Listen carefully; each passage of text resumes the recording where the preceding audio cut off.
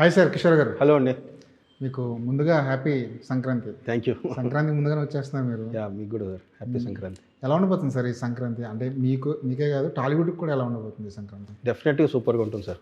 ఎందుకంటే అన్నీ out and out entertainment films. So జనాలు కూడా బాగా హ్యాపీగా సెలబ్రేట్ చేద్దాం సినిమాల్ని సెలబ్రేట్ చేద్దాం మూడ్లో ఉంటారు కాబట్టి ఇండస్ట్రీకి చాలా పెద్ద మంచి టేక్ ఆఫ్ అవుతుందని మనస్ఫూర్తిగా అనుకుంటున్నాను. అంటే సంక్రాంతి రేస్లో మిమ్మల్ని లాక్కొచ్చారా? ఈ సినిమా ఎలాగైనా సరే సంక్రాంతికి రిలీజ్ కావాల్సిందని చెప్పి పరుగులు పెట్టించారా అటు హీరో? లేదండి. కథ మనం అనుకున్న టైంకి ఫుల్ అండ్ ఫుల్ ఎంటర్టైన్, అంటే ఫుల్ సరదాగా ఫ్యామిలీ అంతా చూసి ఎంజాయ్ చేసే సినిమా కదా. సో సంక్రాంతి అయితే they will be more in the mind to celebrate కదా. సో అందుకని ఆ టైంకని పెట్టుకుంది కాదు, వైల్ షూటింగ్ అంతా జరుగుతున్న టైంకి మన వర్క్ కూడా ఆ టైం కంప్లీట్ అవుతుంది. We can go for Sankranti అని అనుకున్నాం. అంటే బయట జనం ఏం మాట్లాడుకుంటారంటే రవితేజ గారు ఈ సినిమా సంక్రాంతికి రావాల్సిందే అన్న కండిషన్తోనే ఈ సినిమా లేదండి. ఎందుకంటే బిఫోర్ యాక్చువల్గా డేట్స్ కూడా వేరే మూవీస్ డేట్స్ కూడా షఫల్ అయినాయి కదా. సో మేము మామూలుగా ఈ సినిమా ఆ టైంలో అయితే దే విల్ ఎంజాయ్ మోర్ అండి, అంతే తప్ప. సంక్రాంతి అంటే మీ ఎక్స్పీరియన్స్ ఏంటి సార్ సంక్రాంతితో? నాకైతే బేసిక్గా చాలా తక్కువే సార్. నేనంటే ఎప్పుడు ఊళ్ళల్లోకి వెళ్ళి, అదే కొండ మీద నేను పుట్టింది పెరిగింది కదా. సో నాకు ఆల్మోస్ట్ అంటే ఆ టైం భోగి చేసుకోవడం అంటే, కానీ సినిమా రిలేటెడ్ ఎక్కువ ఆ ఎక్స్పీరియన్స్ కొంచెం తక్కువే. అంటే సినిమాలకి అంటే సంక్రాంతి అనగానే జనం సినిమా గురించి ఆలోచిస్తుంటారు కదా. అంటే అదే కాలేజ్ డేస్ నుంచి స్టార్ట్ అయింది సినిమాలు చూడటం. అప్పుడు ఇంక నేను ఎవ్రీ ఫ్రైడే ఇంకా నాకు సంక్రాంతి లాగా. సో అందుకని అది అండర్లైన్ నాకు ప్రతి ఫ్రైడే ఒక కొత్త సినిమా, తెలుగు అయినా తమిళ అయినా మలయాళం తెలుగులో డబ్బు అయినా సరే ఎనీ ఫిలిం సినిమా రిలీజ్ అవుతుందంటే ఇంకా అది ఫెస్టివ్ మూడ్ లాగా అయిపోద్ది నాకు. సో అందుకని సంక్రాంతిని స్పెషల్గా నేను ఈ సినిమా అనేది. అంటే మీకు బాగా థియేట్రికల్ ఎక్స్పీరియన్స్ అంటే ఇదిరా అనిపించిన సినిమా ఏంటండి? బాహుబలి. అంతకుముందు అంటే డైరెక్టర్ కాకముందు కాలేజ్ డేస్లోనా నిన్నే పెళ్ళాడతా బాగా ఇష్టం. టైటానిక్ అంటే ఇట్లా అయిపోయింది ఒకసారిగా సినిమా ఎలా ఉంటుందా. సినిమా అయిన తర్వాత బస్సు ఎక్కి వెళ్తుంటే కూడా ఐఎమ్ క్రయింగ్, జాక్ చచ్చిపోకుండా బతుకుంటే బాగుంది, అంత ఇంపాక్ట్ క్రియేట్ చేసింది ఆ సినిమా. 7G rainbow colony. రైటర్గా పెన్ను పట్టుకొని పుస్తకం మీద 4 అక్షరాలు రాయడానికి మిమ్మల్ని వెనకుండి నడిపించిన సినిమాలు కానీ రైటర్స్ కానీ డైరెక్టర్స్ కానీ ఎవరండి? అంటే చూసిన సినిమాలే సార్, రకరకాల సినిమాలు. అదే ఒక్కొక్క సినిమాని 10, 15, 20 సార్లు చూసేసి అందులో డైలాగ్స్ అన్ని గుర్తుపెట్టుకొని ఫ్రెండ్స్తో షేర్ చేసుకోవడం, అంటే విపరీతమైన లవ్ క్రియేట్ అయిపోయింది. అంటే ఇలా ఒక సినిమా లేకపోతే ఒక టెక్నీషియన్ కాదు కానీ ఓవరాల్గా. సో బేసిక్గా తిరుపతిలో ఉంటే ఏమవుతుందంటే మీకు తమిళ్ ఫిలిమ్స్ కూడా వస్తూ ఉంటాయి, మలయాళం ఫిలిమ్స్ వస్తూ ఉంటాయి. సో ఓవరాల్గా సినిమాలో అంటేనే లవ్ స్టార్ట్ అయిపోయి ఆ సినిమాని ఎంజాయ్ చేయడం స్టార్ట్ చేస్తాను. సో అది నన్ను కొంచెం, నేనేమి అంత గొప్పగా కూడా ఎక్కువ చదువుకుని కూడా అంటే ఓకే రీజనబుల్ కానీ. సో అది నన్ను ఎక్కువ పుష్ చేసింది. అండ్ మ్యూజిక్ ఎక్కువ వింటాను ప్రతిరోజు, పొద్దున్న లేచిన దగ్గర నుంచి నైట్ వరకు మ్యాక్సిమం మ్యూజిక్ లేకుండా ఒక రోజు కూడా ఉండదు. సో ఆ మ్యూజిక్ వింటా రాస్తాను, అది చాలా ట్రిగ్గర్ చేస్తుంది. అంటే ఒక డైలాగ్ ఇంత ఇంపాక్ట్ క్రియేట్ చేస్తుందా ఒక సినిమా మీద కానీ, ఒక రైటర్ మీద కానీ, ఒక మనిషి మీద కానీ, ఒక ఆడియన్స్ మీద కానీ? అంటే మీరు సినిమా చూసిన తర్వాత బయటకు వెళ్ళిన తర్వాత కూడా కొన్ని డైలాగులు మనం చేస్తుంటాయి కదా. అలా మీకు మిమ్మల్ని ఇంటి వరకు వచ్చి దిగబెట్టిన డైలాగ్స్ ఏమున్నాయి? చాలా ఉన్నాయి. గీతాంజలిలో ఆయన హాస్పిటల్లో కొద్ది రోజులే ఉంటారని చెప్పి తెలిసిన తర్వాత కారు ఒకటి వచ్చి ఈయన ఆ దీంట్లో నడుచుకుంటే కారు ఇలా ఆగుతుంది, అయితే చావడానికి పుడతారు ఇలాంటి వాళ్ళు అంటారు. అవునవును. అంటే వాడు అది మీన్ చేసి అనలేదు కానీ అట్లా కొన్ని ఇష్టం. అంటే బ్యాక్ ఆఫ్ ది మైండ్ అలా ఉన్నవి నాకు కొన్ని చాలా ఇష్టం. అలాంటివి చాలా ఉన్నాయి. భాష ఒకసారి చెప్తే ఒకసారి చెప్పినట్టు అలాంటివి. అంటే మీరు అన్నట్టు గీతాంజలి ఆ డైలాగ్ విడిగా చూస్తే అది అసలు డైలాగే కాదు. అవును, చాలా స్పాంటేనియస్గా నోట్ నుంచి వచ్చేసే ఒక మాట. అవును. కానీ ఆ సినిమా ఆత్మను కానీ, ఆ సినిమా తాలూకా ఎమోషన్ కానీ ఆ డైలాగ్ క్యారీ చేస్తుంది. అది అలాంటి వ్యక్తి అంటే మామూలు పంచశివన్నీ కూడా ఇష్టమే నాకు. బట్ ఇటు తెలియకుండా కొన్ని అలా చేసేవి ఎక్కువ బాగా నచ్చుతాయి. రైటర్గా మీ కెరీర్ చూసుకుంటే ఎలా సార్? మీరు హ్యాపీగా ఫీల్ అయ్యేవారా, ప్రౌడ్గా ఫీల్ అయ్యేవారా? చాలా హ్యాపీగా. లేదంటే ఎప్పుడు వదిలేసి నేను ఎప్పుడు డైరెక్షన్ అంటే? నాకు బేసిక్గా ఏంటంటే రైటింగ్లోనే నేను సాటిస్ఫై అయిపోతాను. రైటింగ్లోనే నేను ఎక్కువ ఇష్టపడతాను, ఎక్కువ ప్రేమిస్తాను. రైటింగే నాకు ఎక్కువ ఒక తృప్తినిస్తుంది. డైరెక్షన్ అనేది జస్ట్ ఎగ్జిక్యూషన్. అవును. నేను రాసింది యాక్టర్స్ ఎలా పర్ఫామ్ చేస్తున్నారు, వాళ్ళు బెటర్గా పర్ఫామ్ చేసేదాన్ని దాన్ని చూసుకుంటాను అంతే తప్పిస్తే అక్కడ నాకు అది డ్యూటీ లాగే. సో ఈ పార్ట్ని నేను ఎక్కువ ఎంజాయ్ చేస్తాను. కానీ చాలామంది రైటర్స్ అసంతృప్తి వెళ్ళగక్కేది ఏంటంటే క్రెడిట్ అంతా డైరెక్టర్ పట్టుకెళ్ళిపోతున్నాడు, కనీసం మాకు రావాల్సిన క్రెడిట్ రావట్లేదని చెప్పేసి చాలామంది రైటర్లు మదన పడుతుంటారు. అవును, అంటే నేను బేసిక్గా నేనే రాసుకుంటే ఇప్పుడు ఫర్ ఎగ్జాంపుల్ అంటే మీరు రైటర్గా ఉన్నప్పుడు చెప్తున్నాను. రైటర్గా ఉన్నప్పుడు నేను ఇంకా కొన్ని జరుగుతున్నప్పుడు మనం అవి మనం పెట్టుకునింది ఎందుకో మన పని చేస్తే అది తెలుసు కదా మనకి ఇంతే ఇవ్వగలరని.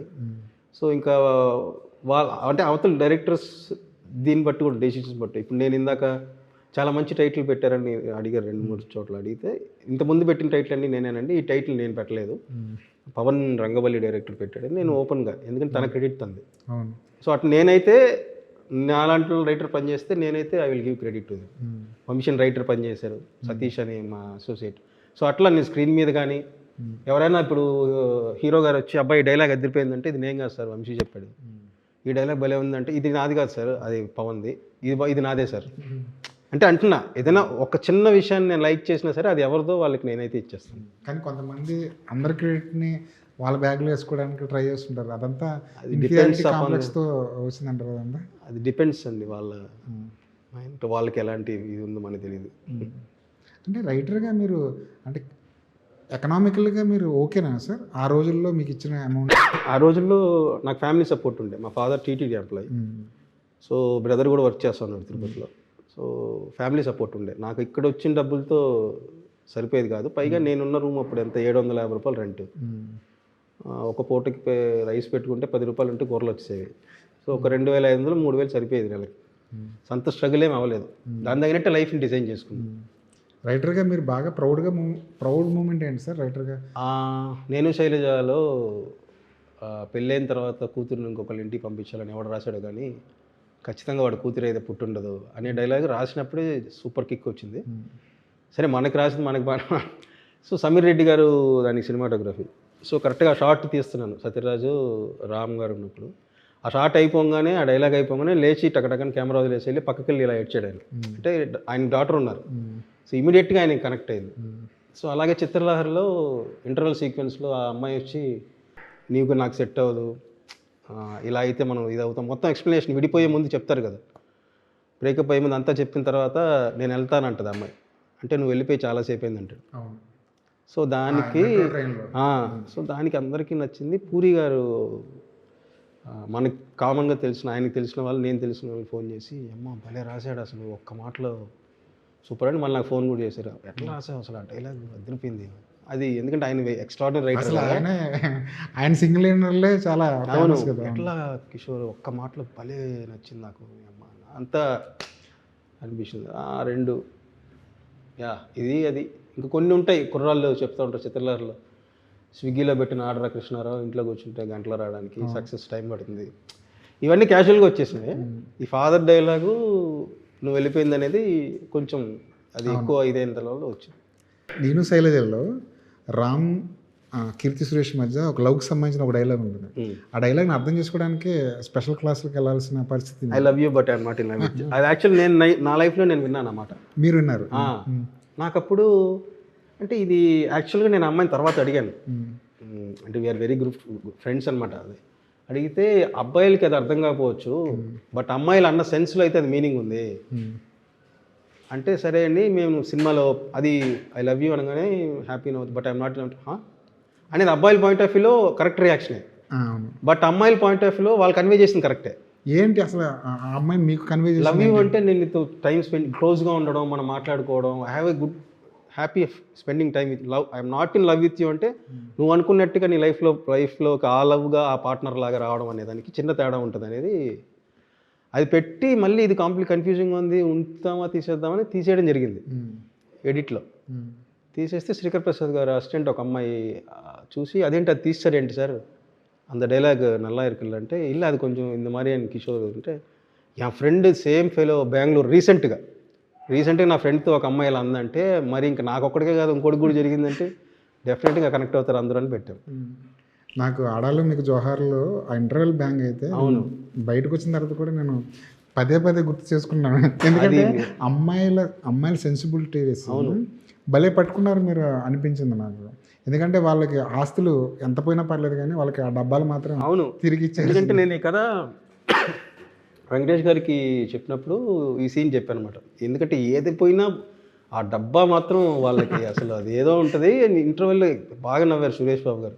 ఈవెన్ నవ్వు ఐఎమ్ ఆల్సో సమ్ టైమ్స్ ఇచ్చి పంపిస్తారు కదా, నేను మర్చిపోతే ఈవెన్ అంటే ఇంత మనం ఫ్యామిలీ ఇలా ఉన్నా సరే ఈవెన్ దే ఆర్ ఆస్కింగ్ అని. తర్వాత చిత్రలహరి షూట్ చేసేటప్పుడు ఈ సీన్ నేను సాయికి చెప్పాను, సాయిధరం తేజ్. చెప్తే గట్టిగా నవ్వాడు. ఏం డార్లింగ్ నవ్వుతున్నావు అంటే, మొన్న అమ్మమ్మ పంపించారు మావయ్య గారింటి, చిరంజీవి గారింటికి సమ్ ఫుడ్ ఏదో పంపించారు. పంపిస్తే చిరంజీవి గారు ఫోన్ చేసి మాట్లాడుతుంటే నేను అక్కడే ఉన్నాను, నాన్న అది డ్రైవర్తో మర్చిపోకుండా పంపించాను అన్న అది అని అన్నారు. అంటే చిరంజీవి గారికి కూడా ఇలా జరిగిందని ఐ వాస్ లాఫింగ్.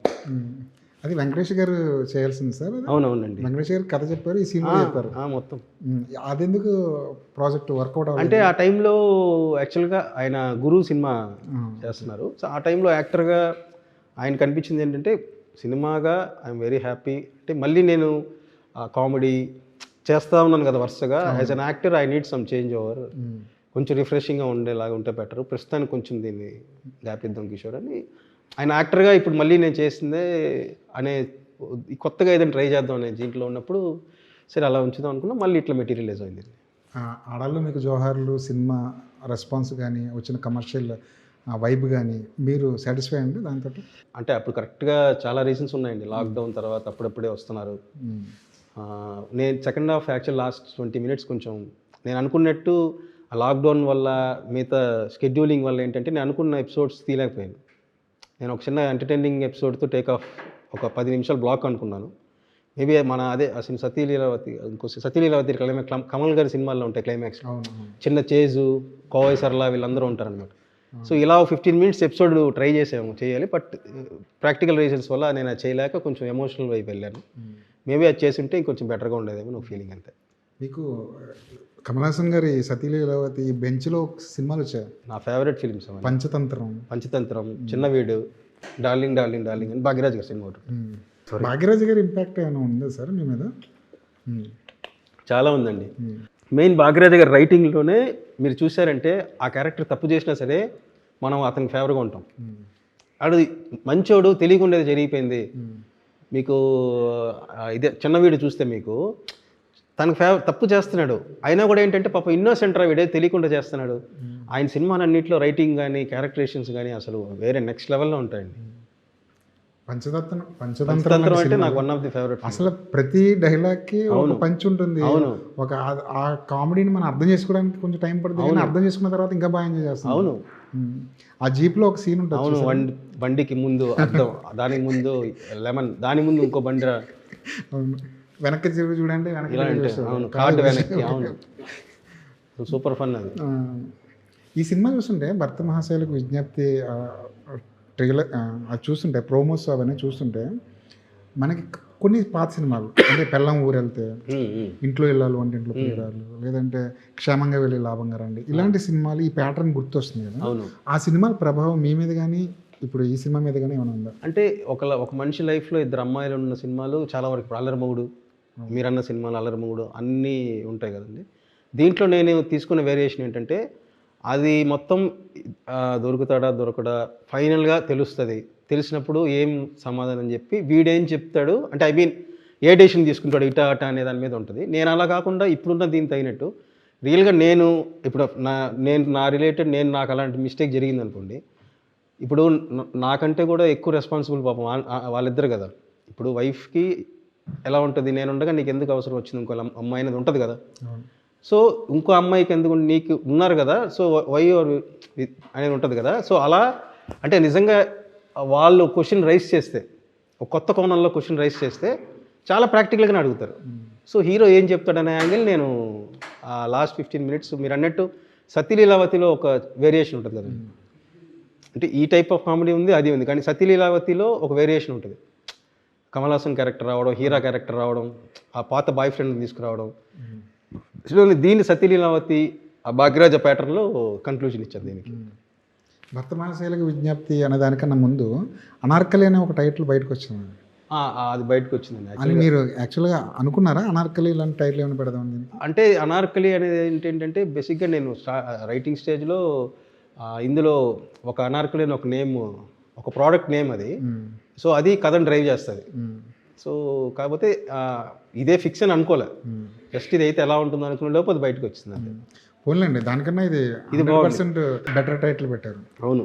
ఒకవైపు రవితేజ గారు, ఇద్దరు హీరోయిన్లు, పెద్ద సెటప్, సంక్రాంతికి రావాలి, ఇంత హడావుల్లో ఒక 68 రోజులు ఈ సినిమా తీసి ప్రొడ్యూసర్కి ఇచ్చేసారు కదా. ఆ ఫాస్ట్నెస్ అనేది ఎలా కుదిరిందండి? పెద్ద హీరోతో సినిమా చేస్తున్నప్పుడు చాలా మంది చెక్కుతూ వెళ్తుంటారు, చాలా ఎపిసోడ్ వాళ్ళు శిల్పం చెక్కినట్టు చెప్తుంటారు కదా. మీరు ఎంత ఫాస్ట్గా ఎలాగా? నాకు బేసిక్గా నేను అసిస్టెంట్ డైరెక్టర్, సీరియల్ అసిస్టెంట్ డైరెక్టర్గా ఉన్నప్పుడు 3 years అది చాలా బెస్ట్ ఎక్స్పీరియన్స్. ఎందుకంటే ఎవరు యాక్టర్ ఉన్నారు, టైమింగ్ ఒక ఈ యాంగిల్ ఉందంటే ఈ యాంగిల్ ఏం కావాలో తీసేసుకొని, అంటే క్లియర్గా ఇప్పుడు ఒక సీన్ డివిజన్, షార్ట్ డివిజన్ చేసుకుంటే ఒక యాంగిల్లో తీసిన డైలాగ్ మ్యాక్సిమం ఇంకో యాంగిల్లో తీయండి. అవును. సో ఇప్పుడు ఒక ఫేవర్ ఉన్న యాంగిల్లో మనకి కంటిన్యూటీతో పాటు మనకు కొంచెం ఫుల్ ఫోకస్డ్గా ఉంటే ఫాస్ట్గా వర్క్ అవుతుంది. ఎందుకంటే ఇటు నుంచి అన్నీ మళ్ళీ అటు అది మనం కొంచెం ప్లానింగ్ కరెక్ట్గా చేసుకుంటే టీంతో కూర్చొని చేసేయచ్చండి. ప్రాబ్లం ఏంటంటే యాక్చువల్గా మీరు చెప్పిన విధానం బట్టి చూస్తే కొన్నిసార్లు ఏంటి చుట్టేసారేంటి సినిమా అది రాకుండా కూడా జాగ్రత్త పడాలి. అప్పుడే అందుకే అదేంటంటే ప్రీ ప్రొడక్షన్లో చేసే ప్లాన్. మనం అక్కడికి వెళ్ళిపోయి సిచ్యువేషన్ బ్లెండ్ అయిపోయి అన్ని కంగారు పడకుండా ఉండాలంటే రాసుకునేటప్పుడే మొత్తం క్లియర్గా ఇంత టైం పడుతుంది ఈ సీన్కి, ఇంకో ఈ టైంలో అవ్వాలంటే ఎట్లా చేయొచ్చు దీన్ని. సో ఎగ్జిక్యూషన్ ప్లాన్ చేసుకుంటే ఇట్ విల్ బి మీరు అన్నట్టు ఇది రాదు, తక్కువ రోజుల్లోనే సూపర్ ఇంపాక్ట్ ఉన్న ఫుటేజ్ ఇచ్చారా మనకు వస్తుంది.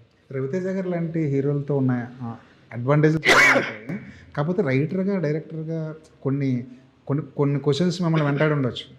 రవితేజ గారిని కొత్తగా చూపించాలా, లేదంటే ఫ్యాన్స్ ఏం కోరుకుంటున్నారో అది ఇచ్చేస్తే సరిపోద్దా, లేదంటే మీ ఐడియాలజీ, మీ థాట్ ప్రాసెస్లోకి రవితేజ గారిని లాక్ రావాలా అన్నది కాస్త కన్ఫ్యూజన్ నడిచి ఉంటుంది మీకు. స్టార్టింగ్లో కొంచెం ఎట్లా అనేసి కొంచెం ఉండేటప్పుడు నన్ను రవి గారే ఏమన్నారంటే, అంటే సింపుల్ ఎగ్జాంపుల్ ఏమన్నారంటే, ఇప్పుడు నేను శైలజ ముందు రామ్ చూసాను, నేను శైలజ నాకు ఫ్రెష్గా అనిపించింది. అలాగని ఎంటర్టైన్మెంట్ తను చేసేదే మిస్ అవ్వాలి. సో అంటే నీ రైటింగ్లోనో మరి నీ క్యారెక్టరైజేషన్లోనో ఒక ఫ్రెష్నెస్ అయితే కనపడుతుంది.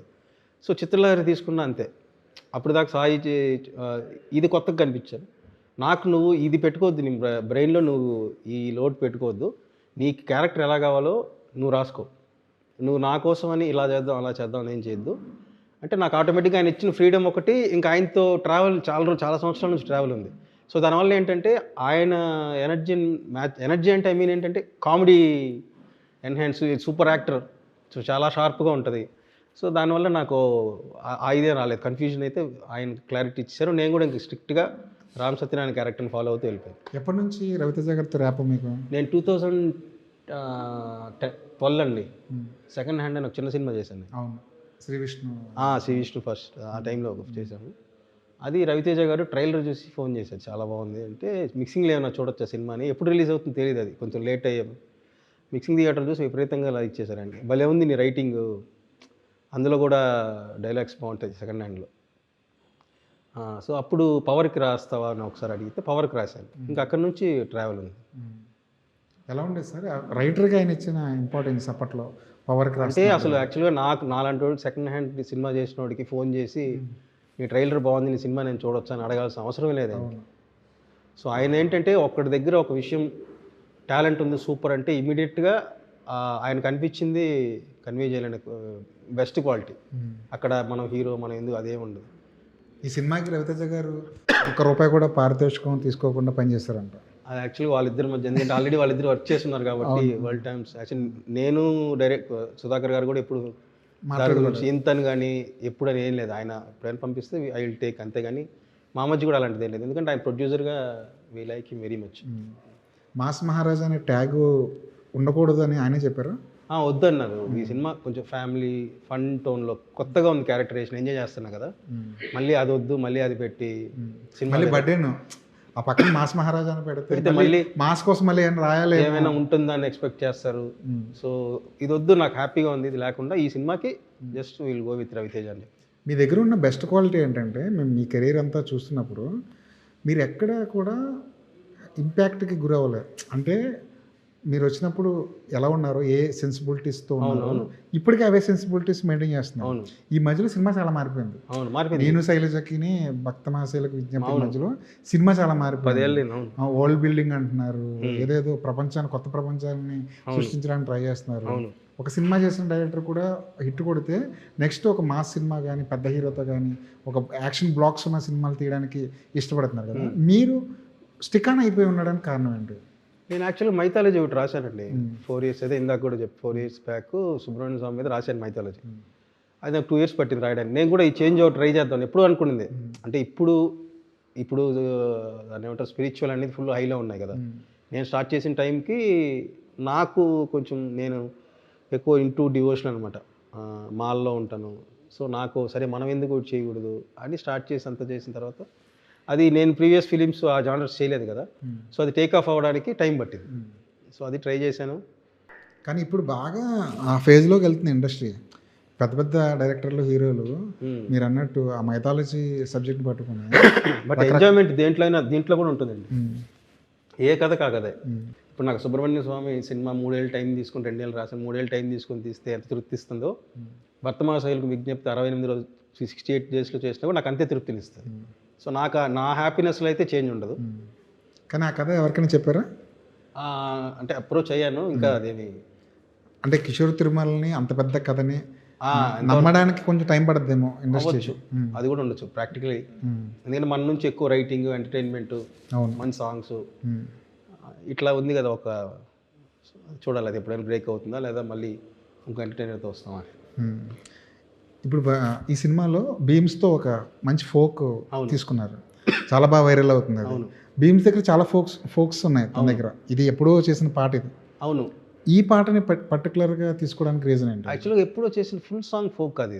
యాక్చువల్గా బీమ్స్ ఒకళ్ళ కోసం చేస్తే వాళ్ళు ప్రోమో లాగా ఉంటే, సో ఆ సాంగ్ నచ్చి అలా పెట్టుకున్నట్టు తను. ఎందుకంటే వాళ్ళకు కూడా హెల్ప్ అవుతుంది కదా, ఆ 1 month ఎవరైతే ఆ సాంగ్ చేద్దాం అనుకున్నారో, సో వాళ్ళకు కూడా హెల్ప్ అవ్వాలంటే యూట్యూబ్లో ఉంటే రీచ్ ఉండదు. పెద్ద హీరో సినిమా చేసినప్పుడు ఆ పాట వస్తే వాళ్ళకి హెల్ప్ అవుతుంది, పాట కూడా పెద్దగా వెళ్తుంది కదా. సో అందుకని మనోడు ఆ పాటను హోల్డ్ చేశాడు. మన దాంట్లో కరెక్ట్గా సిచ్యువేషన్ కుదిరింది. ఈ సాంగ్ ఎలా ఉంటుందని అడగగానే డెఫినెట్గా చాలా బాగుంది అనుకుని పెట్టాను. ఆప్షన్స్కి వెళ్ళారా లేదంటే ఇదే విని ఇదే ఫిక్స్ చేస్తారా? లేదు, ఈ సాంగ్ హీరో గారు, అంటే ఆయన ఆల్రెడీ బీమ్స్ వాళ్ళు ట్రావెల్ చేశారు కాబట్టి హీరో గారు కొన్ని సాంగ్స్ వాళ్ళు ఈ సాంగ్ ఇలా ఉంచి నేను టైం సిచ్యువేషన్ కరెక్ట్గా ఏదైనా సినిమాలో సెట్ అయితే పెట్టుకుందాను అంటే, నాకు వినగానే ఇమీడియట్గా నచ్చేసింది. ఇంకా వేరే డిస్కషన్ లేకుండా ఆ సాంగ్కి వెళ్ళిపోయారు. ఈ సినిమాలో ఇంకో పాట కూడా ఉంది, చాలా సర్ప్రైజింగ్ పాట. అది సంగతి ఏంటి? అది గ్యారంటీ సర్ప్రైజింగే. మామూలుగా ఒక థియేటర్లో మంచి ఇప్పుడు మాస్ సాంగ్ ఉంది, దానికి ఏంటంటే మాస్ విజిల్స్ వాళ్ళు అరుస్తారు, ఒక వైబ్ వస్తుంది కదా. మా దగ్గర ఉన్న స్పెషల్ సాంగ్ ఏంటంటే women will get that vibe, families will get that vibe, వాళ్ళకి సాంగ్ అది. ఎస్పెషల్లీ పెళ్ళైన వాళ్ళందరూ, ఉమెన్ ఒక 30+ ఉన్న వాళ్ళందరూ దే విల్ గెట్. మీకు ఆడాలి మీ జోహర్లో ఎలాగైతే ఆ డబ్బా అనగానే నాకు ఇంకా గుర్తు, పీవీఆర్లోనూ సినీప్లెక్స్ అనుకుంటా, నేను వెనకాల నుంచి ఇలా చూస్తున్నాను ఎలా ఉంది సినిమా రెస్పాన్స్. సెకండ్ షోకి కరెక్ట్గా ఆ డబ్బా అమ్మ అనగానే ఒక ఆవిడ చెయ్యి ఇట్లా పెట్టేసుకొని దాచుకొని నవ్వుతున్నారు అనమాట. నాకు ఇంకా గుర్తుంది. సో ఈ సాంగ్ అయితే అలాంటి మూమెంట్స్ ఇస్తుంది. మొత్తానికి ఆడాళ్ళ వైపు నుంచి తీసుకున్నారా? నాకు ఎప్పుడు నా సినిమాలు మ్యాక్సిమం చూస్తే ఫిమేల్కి ఫేవర్గానే ఉంటుంది. అంటే అది రిలీజ్కి ముందు ఏమైనా బయట పెడతారా లేదంటే? లేదండి, థియేటర్లోనే ఉంచుందాం. అదేదో సర్ప్రైజింగ్ ప్యాకేజ్లా ఉంటే బెటర్ అండి. ఎందుకంటే ఆ టైంకి ఫ్యామిలీస్ అందరూ రాగానే వాళ్ళకి ఒక మంచి సంక్రాంతికి ఒక మంచి సాంగ్ లాగా ఉంటుంది అని చెప్పేసి పెట్టారు. ఈ సంక్రాంతికి అన్ని ఎంటర్టైన్మెంట్ సినిమాలు వస్తున్నాయి. ప్రతి సినిమాతోనూ మీకు ఏదో ఒక చిన్న లింక్ ఏదో ఉంది. ఒకటేమో చిరంజీవి గారి సినిమా అంటే ఎలాగా అందరూ చూస్తారు, రాజాసాబ్ సినిమా అంటే పీపుల్ మీడియా ఫ్యాక్టరీలో ఇదివరకు మీరు ఒక మిరాయి చేశారు. మీరు శర్వానంద్తో మీరు ఎలాగా మీకు ఒక మంచి ర్యాప్ ఉంది. ప్రతి సినిమాతోనూ ఏదో చిన్న లింక్ ఏదో అన్ని మన సినిమాలాగే ఉంటాయి. మధ్యలో మీరు యాక్టర్గా కూడా రావాల్సి వచ్చింది. అవును, అది కార్తిక్, అదే ఇద్దరం చిత్రలహరి వర్క్ చేసినప్పుడు నేను బాగా ఎక్కువ టైం కార్తిక్ నేను మంచి క్లోజ్ అనమాట. సో రెండు బాగా ఇష్టం. నేను చేసే హ్యూమర్కి బాగా ఎంజాయ్ చేస్తాడు, నేను ఇంకా ఎంజాయ్ తెచ్చుకుని అట్లా ఉంటుంది. రెండోది ఏంటంటే చిన్నది వచ్చినా సరే ఎక్కువ షార్ప్గా భయపడతాను. అంటే టక్కన భయం కూడా ఏంటంటే ఇమీడియట్గా ఉంటుంది. దానికి అది ఎక్కువ నవ్వు వచ్చేది అలాంటప్పుడు. సో ఊరికే ఏదైనా పడిపోతే అట్లా ఎక్కువ రియాక్ట్ అవుతాం కదా. సో అది తనకి ఎప్పటి నుంచో నా నేచర్ ఎట్లా ఉంటుందని తెలుసు. సో ఆ క్యారెక్టర్ రాసుకున్నప్పుడు అన్న మీరు చేస్తే బాగుంటుంది, చేయలేమేమో కార్తీక్, ఎందుకు కెమెరా అంటే లేదు లేదు మీరే చేయాలంటే ఇంకా తేజ్ కూడా బాగా క్లోజ్ కాబట్టి చేశాను. సెకండ్ హ్యాండ్లో కూడా మీరు ఒక క్యారెక్టర్ చేస్తారు కదా. అది ఇంకా ప్రాక్టికల్గా మళ్ళీ ఒక యాక్టర్ని పెట్టుకొని డబ్బులు ఇవ్వాలి, అప్పుడు చిన్న సినిమా డబ్బులు లేవని నేనే చేస్తాను. మీ కెరీర్లో చూస్తే అన్నీ మీ సెన్సిబిలిటీస్కి తగ్గట్టుగానే ఉంటాయి. ఒక రెడ్ ఒకటే మీ సెన్సిబిలిటీస్ని దాటుకుని చేసిన సినిమా, మీరు అది చెయ్యాల్సి వచ్చిందా? లేదు నేనే చేశాను. ఎందుకంటే అన్ని అంటే ఈ టోన్ ఆఫ్ ఫిలిమ్స్ వెళ్తున్నాం కదా, ఒక చేంజ్ ఓవర్ ఉంటుందని చెప్పి థ్రిల్లర్ చేద్దామని చెప్పి ట్రై చేశాను. నాకాలేదు. రామ్తో మీరు యాప్ ఇప్పటికీ ఎలా ఉంటుంది? సూపర్ అండి. ఎప్పటికీ అది అంటే బియాండ్ డైరెక్టర్ హీరో అనే దానికంటే కూడా ఒక గుడ్ ఫ్రెండ్షిప్, ఒక ఫ్యామిలీ మెంబర్ అయితే ఎలా ఉంటుంది. సో బాగుండాలి మనస్ఫూర్తి కోరుకుంటాం. ఏదైనా ఉన్న షేర్ చేసుకుంటాం, ఏదైనా ఉన్నా ఓపెన్గా అడ్వైస్ ఇస్తాడు. ఎట్లా ఇట్లా ఏం జరుగుతుంది, ఇట్లా అయితే బెటర్, అట్లా తను కూడా ఏదైనా ఉన్నా జెన్యూన్ షేర్. ఏదైనా ఒక కథ రాస్తే మొదటగా వాళ్ళకి ఒకరికి చెప్పాలనుకుంటున్నాం కదా, ఆ ఒక్కరు ఎవరు మీ లైఫ్లో? వీళ్ళకి ఒక కథ రాసి ఏదైనా ఒక కథ రాస్తే ఆ కథ రాసి మీరు ఎంజాయ్ చేస్తారు, రైటర్గా మీరు సాటిస్ఫాక్షన్ అయిపోతారు. ఈ కథ ఇప్పుడు ఒకరికి చెప్పాలి, ఫస్ట్ శ్రోత ఎవరు మీ లైఫ్లో? అంటే అంటే అదే నాకైతే కథ రాసుకున్న తర్వాత ఆ క్యారెక్టర్కి ఎవరు అని ఆలోచిస్తాను. పర్టికులర్ ఒక హీరో అనుకుని అయితే ఇప్పుడు అంటే జడ్జిమెంట్ కోసం ఎవరికైనా చెప్తాం కదా, మీరు ఎవరికైనా అలా చెప్పి ఆ జడ్జిమెంట్ తీసుకుంటూ ఉంటారా మీరు అలా? అంటే ఇప్పుడు ఫర్ ఎగ్జాంపుల్ ఆడాలి మీ జోహర్ అని, అది వెంకటేష్ గారు చేయొచ్చు, రవితేజ గారు చేయొచ్చు, నాని గారు చేయొచ్చు, రామ్ చేయొచ్చు, సర్వానంద్ కూడా చేయొచ్చు. సో సిమిలర్గా మనం రాసుకునే కథలకి ఇంతమంది ఉంటారు కదా. సో వీళ్ళల్లో ఎవరైతే ఎలా ఉంటుందని అప్రోచింగ్ తర్వాత తప్ప రాసుకునేటప్పుడే ఫలానా వాళ్ళు అయితే అని ఓన్లీ క్యారెక్టర్గానే అనుకుంటాను. ఎవరికైనా ఒక హీరోకి స్క్రీన్ మీద ఒక హీరో ప్రజెన్స్ చూసిన తర్వాత ఈ హీరో కథ రాయాలి అని అనిపించింది ఎవరైనా చూస్తే? రజనీకాంత్ గారిని చూసినప్పుడు అంటే కరెక్ట్గా నేను అప్పుడు 10th క్లాసు ఫస్ట్ అప్పుడే ఒక్కడనే తిరుపతికి పంపించారు 100 రూపీస్ ఇచ్చి సినిమాలు చూసుకొని తినేసి రమ్మని. ఫస్ట్ టైం నేను ఒక్కడనే థియేటర్కి వచ్చి Jan 12th కూర్చుంటే భాషా సినిమా నా లైఫ్లో ఇంకా అది అసలు ఆ ఇంట్రొడక్షన్కి ఆయన కొడితే పోల్ తగులుతుంది కదా, అది ఒకటి అసలు ఇంకా అసలు వేరే లెవెల్ ఎక్స్పీరియన్స్. ఇంకా అక్కడి నుంచి నాకు ఆయన అంటే ఒక విపరీతం ఫస్ట్ టైం కదా. ఆ తర్వాత ఇంకా నరసింహాలు ఇలా లాగడం, ఆయన కథ రాదని ఉంటుంది కానీ నేను రాయలేనేమో అని ఆయన ఎవరు ట్రైట్ బయట రాసినా ఆయన దాకా వెళ్ళి అది అంటే ఒక వ్యక్తిని విపరీతంగా ప్రేమిస్తే ఇలాంటి డౌట్లు వస్తుంటాయి. అంటే మనం ఆ స్థాయిలో రాయగలమా లేదా? ఎందుకంటే బాగా విపరీతంగా ఇష్టపడినప్పుడు అంటే యాక్చువల్లీ నాకున్న చిన్న ఇదేంటంటే నేను అంత ఇదైనా సరే మనం వెళ్ళి కథ చెప్తే వేరే రేంజ్లో ఉండాలని ఉంటుంది కదా. సో ఆ రేంజ్ అది ఎట్లా వస్తుందో తెలియదు, మరి అక్కడి నుంచో రావాలి. అది ఇదొక సినిమా మారిపోతుంది, జనం ఆలోచనలు మారిపోతున్నాయి, సినిమాని చూసే కోణాలు మారిపోతున్నాయి కదా. ఇప్పటికి కూడా హీరోలు హీరోయిన్లు, ఒక హీరో ఇద్దరు హీరోయిన్లతో డ్యాన్సులు చేయడం, లేదంటే డ్రీమ్ సాంగుల్లో పాటలు పాడడం, కలర్ఫుల్ డ్రెస్సులు వేసుకుని డ్యాన్స్ చేయడం, ఇవన్నీ ఎంజాయ్ చేస్తారంటారు ఆడియన్స్? ఎంజాయ్ చేసే ఆడియన్స్ ఉన్నారంటారు? చేస్తున్నారు కదా.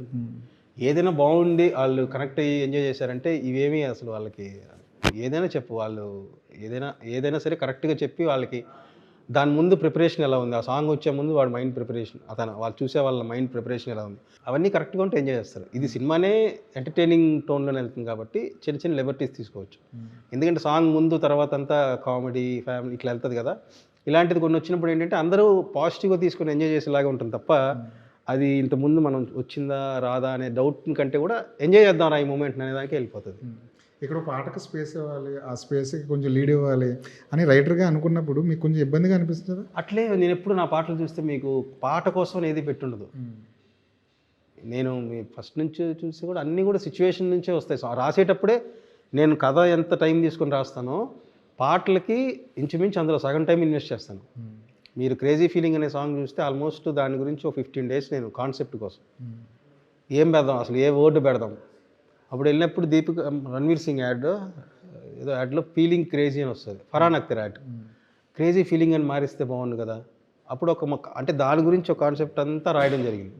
అట్లా ప్రతి సాంగ్ నేను కథ చెప్పడం కోసం అందులో కాన్సెప్ట్ డిజైన్ చేయడం. ఈ సాంగ్ ఏంటంటే పండగ, ఒక ఎంజాయ్ చేయాలి, సో ఆ సెన్స్లో ఆ సాంగ్ ఉంటుంది తప్పిస్తే కావాలని పాట పెట్టడం కోసం మనం ఇచ్చేద్దాం. కానీ ఈ సినిమాలో పాటలు కొన్ని భలే వైరల్ అవుతుంటాయి. అవును. నేను శైలజలో ఆ ఒక పాట, చిత్రలహరిలో అవును, ఆ గ్లాస్మేట్ అనే పాట కూడా, ఇలా ప్రతి సినిమాలోనూ ఒక వైరల్ పాట తీసుకుంటూ ఉంటారు. అవును, అంటే మీకు సంగీతం మీద పాటల మీద ఉన్న అభిమానంతోనూ బాగా ప్రేమ. అవును, అంతే కదా. అంతే.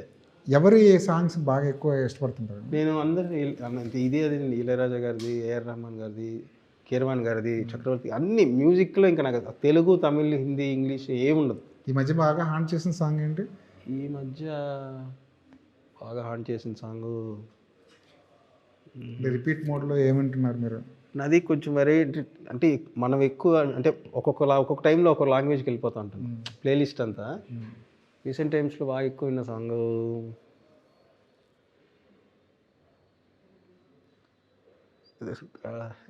టక్కని చెప్తే టక్కన అడిగితే గుర్తురాదేమో. అంటే మలయాళం సాంగ్ ఏదో టక్కన స్ట్రైక్ అవ్వట్లేదు. తెలుగులో ఏమైనా విన్నారా ఈ మధ్య? తెలుగులోనా? తెలుగులో అంటే అన్ని పాటలు బాగున్నాయి కానీ అట్లా లూప్లో విన్న పాటలు ఏమి ఏం తెలియలేదు. సరే, భర్త మహాశయులకు విజ్ఞప్తి, సంక్రాంతికి వస్తుంది. మిగతా సినిమాలతో బాక్స్ ఆఫీస్ కొంచెం కలకల్లాడే అలా అనిపిస్తుంది, వాతావరణం కనిపిస్తుంది. మీ సినిమా కోసం ఆడియన్స్కి వచ్చే ఆడియన్స్కి మీరు ఏం చెప్పబోతున్నారు? ఏం ఎక్స్పెక్ట్ చేయొచ్చు మీ సినిమా నుంచి? 100% అవుట్ అండ్ అవుట్. అంటే నేను ఫుల్ ఎంటర్టైన్మెంట్ ఎప్పుడు చేయలేదు. 100% ఎంటర్టైన్మెంట్, చిన్న స్మైల్స్ అయితే ఉంటూనే ఉంటుంది త్రూ అవుట్. ఒక చిన్న లైట్ హార్ట్ టచింగ్, చిన్నదే లైట్ టచింగ్ ఎమోషన్ ఉంటుంది. సో మొత్తం యాక్టర్స్ అందరూ చేసిన ఒక ఫన్ రైడ్ అనమాట ఇది. సో పండక్కి ఊరు వెళ్ళినట్టు, మన వాళ్ళని కలిసినట్టు, సో థరోలీ ఎంజాయ్ చేస్తారు సినిమా అంతా. అందరు క్యారెక్టర్స్ కూడా అందరూ చాలా బాగా చేశారు అందరూ. Right sir, all the best sir. Thank you. ఈ సినిమాలన్నీ ఎంటర్టైన్మెంట్ ఇస్తుంటాయి. ఒక చిన్న ఫీల్ సినిమా థియేటర్ నుంచి బయటకు వచ్చినప్పుడు అదే ఫీల్తో ఈ సినిమా కూడా చూస్తారని, ఈ సినిమాకి మంచి డబ్బులు వస్తాయని అనుకుంటున్నాం. Thank you very much. Thank you so much.